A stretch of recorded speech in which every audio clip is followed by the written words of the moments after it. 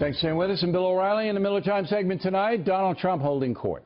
Today in New York City, high-tech titans, many from California, met with the president-elect at his office. Most of these folks supported Hillary Clinton big time. Joining us now from Santa Barbara, Dennis Miller. Now, yesterday, Kanye West, he showed up at the Trump Tower. Today, the high-tech pinheads. But before we get to that, something just struck me, Miller. It just struck me. You know what little goatee you have going on here? You're looking like Colonel Sanders. You could be the next chicken commercial guy, you know? I'd take that in a second, but I hear already they're going with the first female Colonel Sanders. It's Hillary, and they don't even have to spring for the white suit. She can wear the one she wore at the convention that started her on her road to the presidency. Hillary Clinton as Colonel Sanders. That's an interesting image. All right, Kanye West, he's a pal of yours. I guess you guys go river rafting together. What do you think of his meeting with Trump? Well, listen, let's face facts. Between Kanye, I'm rereading Andrew Breitbart's book, Righteous Indignation, and he always talks about controlling the narrative. God, I miss Andrew. And he's very smart in that regard. If Trump can turn black America towards him through Kanye and Ray Lewis and Jim Brown, who has massive cred in the black community, it is a nuclear winter for the Democratic Party, and it should be. When you look at Baltimore, Detroit, Chicago, New Orleans, the way that the Great Society has run down the single-parent rate in inner cities from 23%, I believe, in 1965 to 73% now. Democrats should be ashamed, and if I was a black American, I'd be pissed off. I'd want to flip. And if these three guys are meeting with him and they're going to help flip that boat to get something done, well, then good for them. So you thought it was a well-thought-out political move to bring in high-profile African Americans to try to convince the general population, black population, to give Trump a look? I don't even know if it was that political. Kanye West, it seems like he's friends with the kids having trouble. I hope he talked to him as a friend.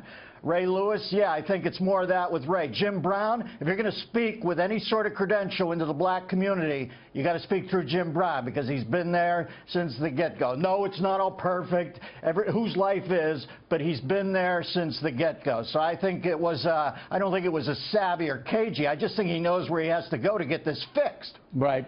Okay, now, the pinheads from Silicon Valley, all Hillary Clinton supporters, big money flow into the Democratic Party, but here they are with the president-elect and having a good old time. Free water. Look at the free water, Miller. They each got free waters, okay? Yeah. What's this all about?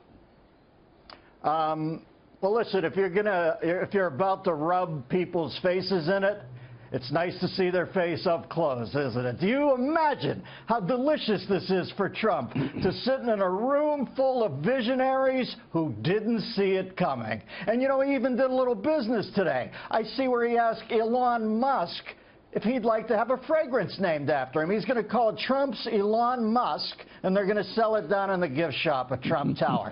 Always be closing. He's had a bunch of people up. He had Bill Gates up who said he was Kennedy-esque. And I'm going to love watching the pundits on the left now try to refer to Gates as stupid because he called him Kennedy-esque. De Blasio came over. You know why de Blasio came, Bill? He was delivering a pizza. And Gore came over. The reason Gore was there because he gets so revved up, Trump talking to all these bright people all day, he brings in Gore later in the day as a sleep aid. Because after you talk to Gore for a half hour, you have a flatline electroencephalograph. DiCaprio came over, but that was just a hit on Melania. And then Romney came over. They're trying to patch it up, the two of them. I think it's like hockey teams at the end of a 7-game series where they shake hands. I think that I think Trump feels a little guilty about flaming Romney like he did. And the New York Times came over. That wasn't about anything except that Trump has a foreign friend who's an acrobat, and he wants to climb the front of the New York Times building. And that's the only thing Pinch Salzberger can sign off on anymore because Carlos Slim makes all the heavy decisions. That's so right. It's been a parade over there. I love it. You know what? I think there's a little stuff going on. I could be wrong here.